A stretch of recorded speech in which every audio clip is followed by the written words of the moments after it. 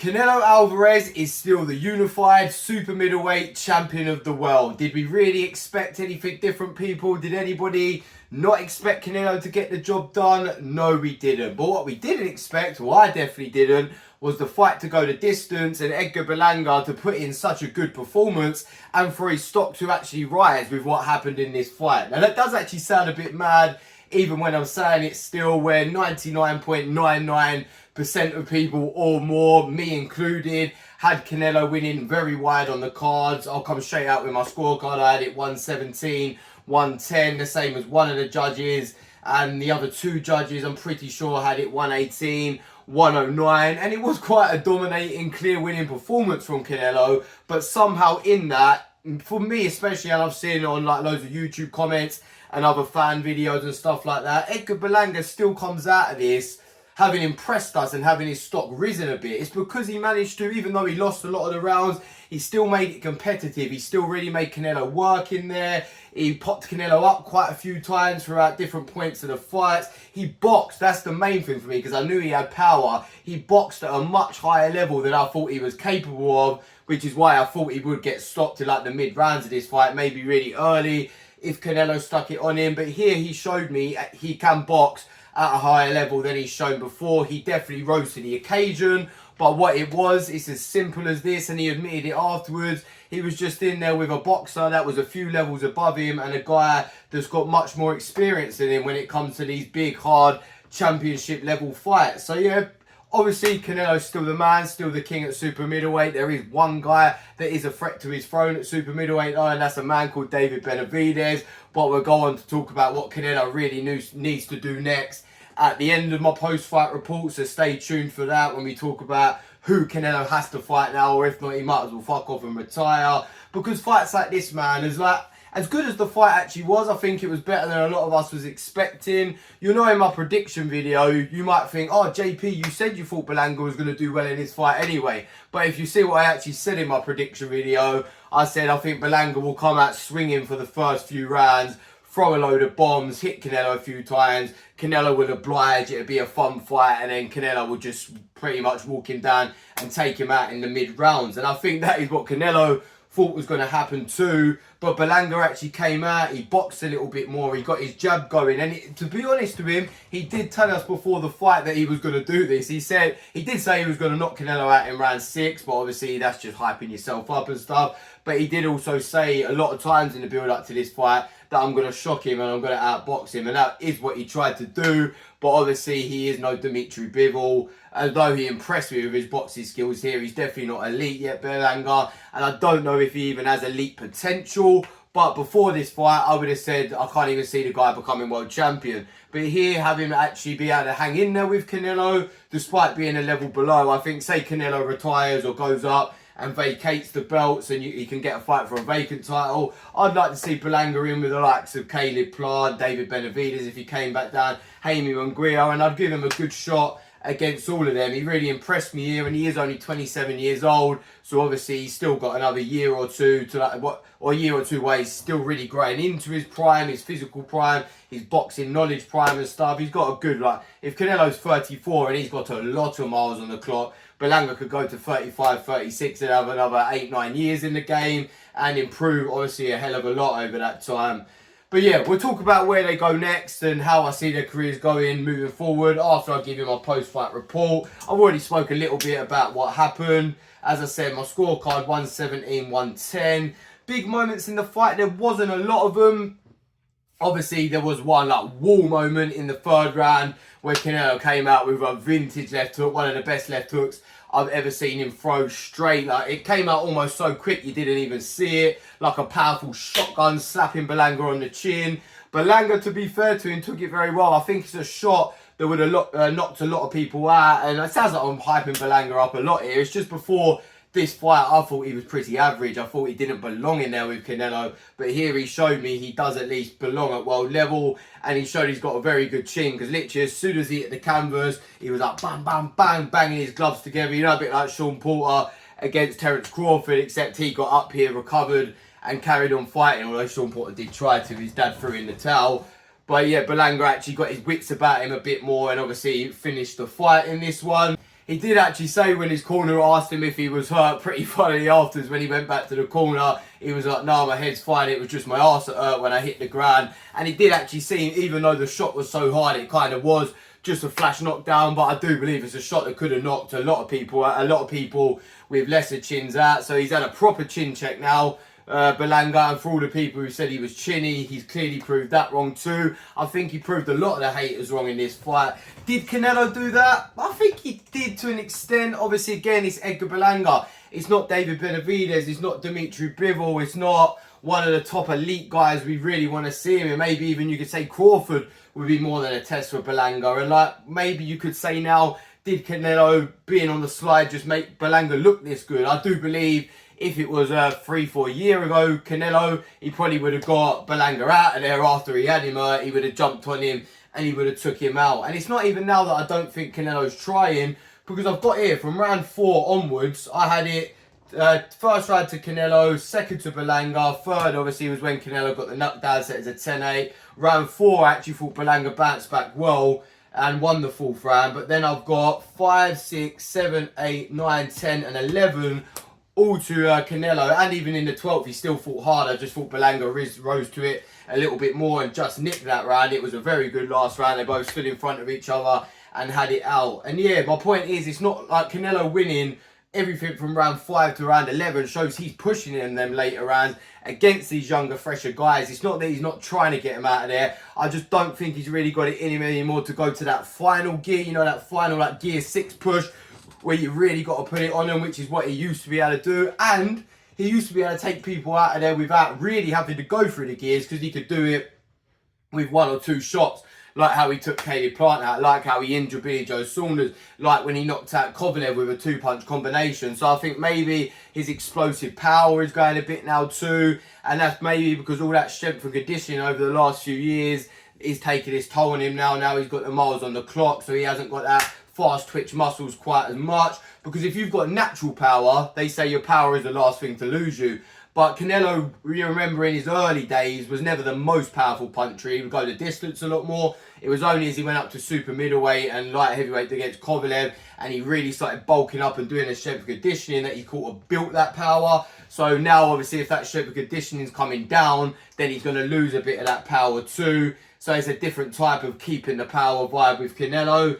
But yeah, he is trying, to be fair to him, and his work rate is still good. If anything, he's worked pretty harder in his last few fights against like Munguia and Berlanga and Ryder. Maybe you could say it's because they're of a lower level of opposition. But you'll remember against Plant, he wasn't that busy. Plant was outboxing him. Against Billy Joe Saunders, he wasn't that busy. But that's because I think then he knew he could take him out with 1 shot.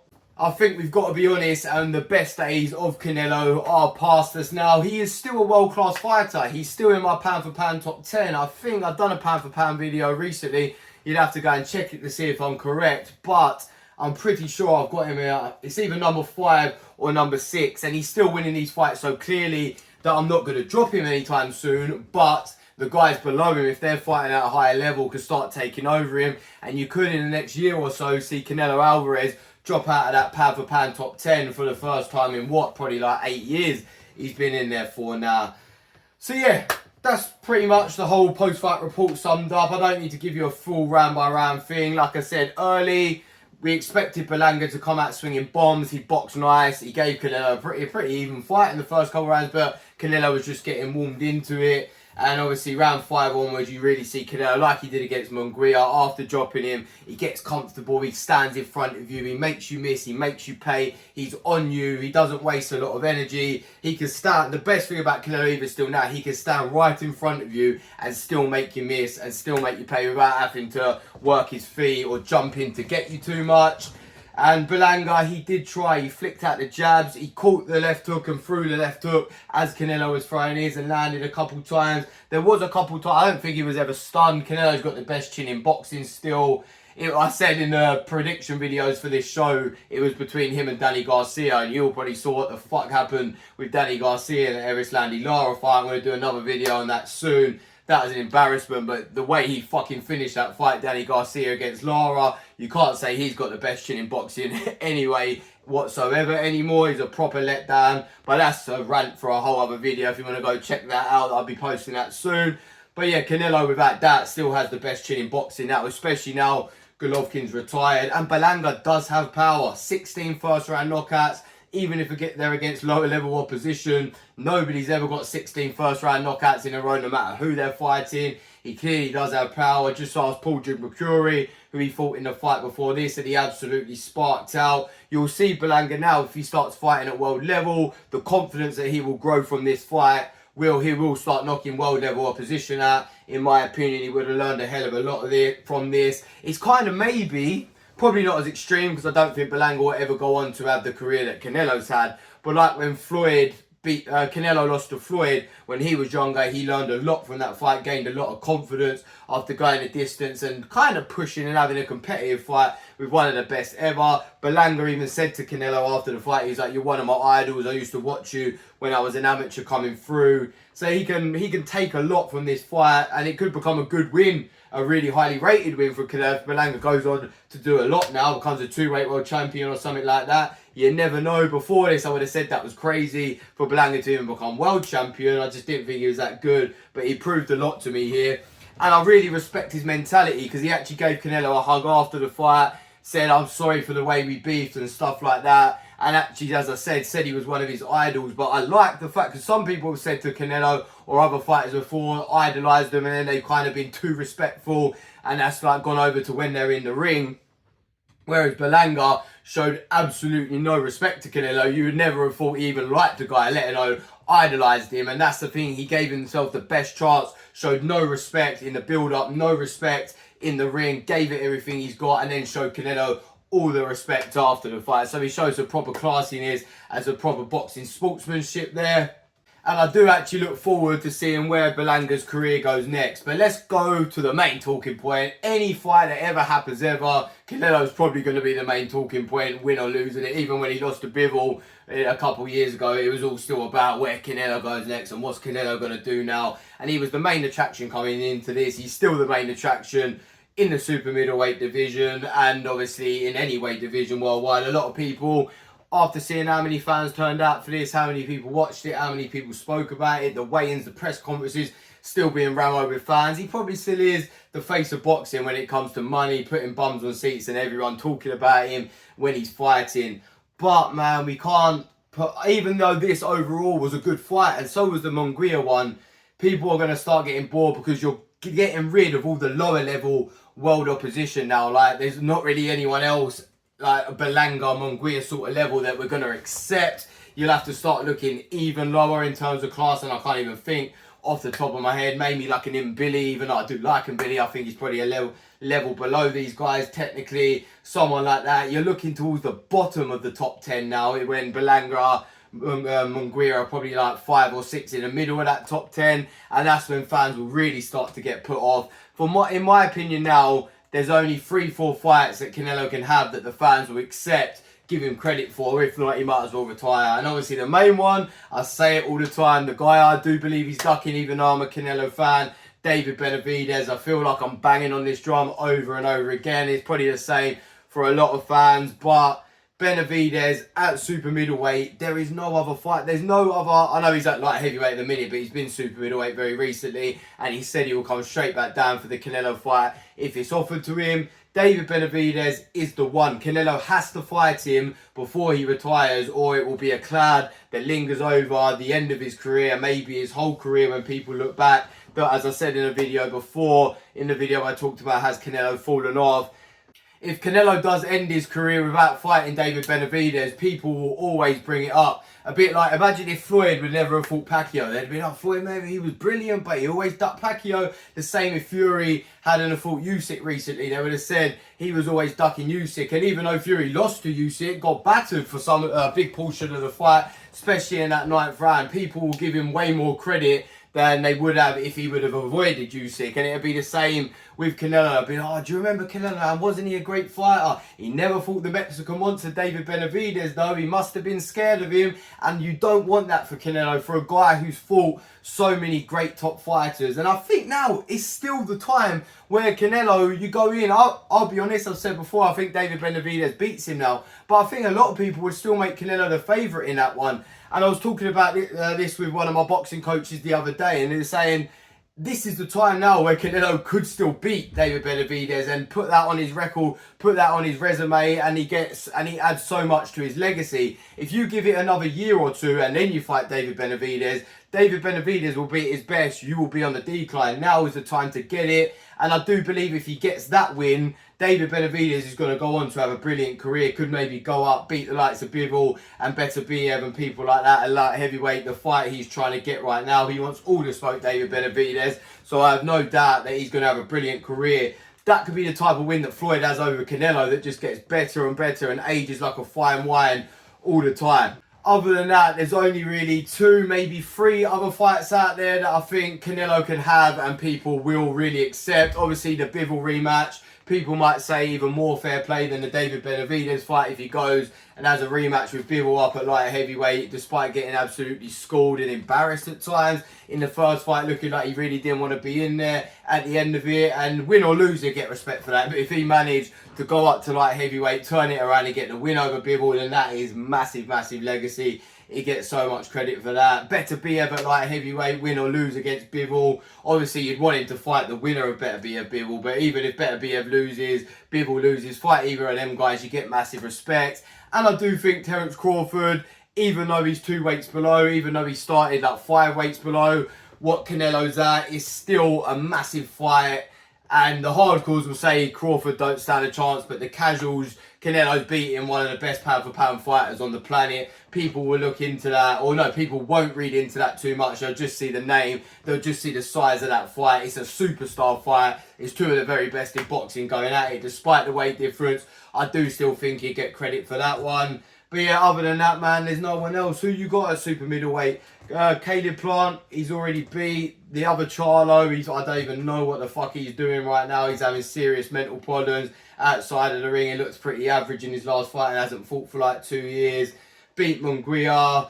John Ryder's gone. Derevianchenko's just lost. Christian and Billy, you could maybe just put in there because he's exciting. But I really don't see the fans getting on board with that one or that one selling. It really has to be now a higher level opponent, or Canelo, man, just retire and go off into the sunset. I know he's saying he could do what he wants, he can fight who he wants, and he's done a lot in his career, but get rid of the titles then. Don't keep the titles away from the other top guys like David Benavidez or Caleb Plant, who'd want to become world champion again. Don't keep the titles away from them guys by fighting lower level opposition, because there's not many other world level guys out there other than the likes of David Benavidez and that now for him. But yeah, overall in this fight, it was a good performance from Canelo. He showed he's still pound for pound top 10, showed he's still one of the best in the world. Is he the best in the world though? You got to fight David Benavidez to prove that. And for Edgar Berlanga, he proved to me and a lot of fans he's world level. I'd like to see him in now with like a Caleb Plant. They've got beef there.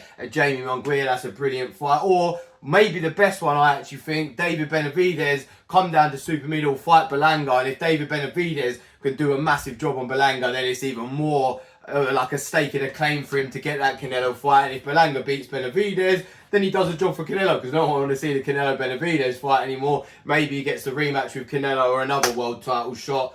I wouldn't say Canelo's stock risen, but he stayed where he is. Berlanga's stock risen here, and that's crazy saying Canelo's the winner. His stock hasn't risen, but Berlanga actually lost and lost clearly, but his stock has risen. It's because of the high expectations Canelo has created for himself, and that's the expectations we put on him as fans now. But anyway, I spoke for ages, people. That's enough talk about this fight. Hopefully on to bigger and better things for Canelo Alvarez now, and I do think Berlanga will be back at world level 2. Let me know your thoughts on the fight. How did you score it? Did you have it any closer? I know a couple of people did. I haven't seen anyone crazily stating that Berlanga won this fight though, because he really didn't. It was competitive at times, but nowhere near a controversial decision or anything like that. And let me know now who you want to see Canelo and Berlanga fight next. Thank you for watching, people. And if you like my videos, please like and subscribe. I've got my Joshua Dubois predictions up right now. Predictions for the undercard fights coming real soon too. Boxing talk all the time here at JP Boxing. Thanks for watching.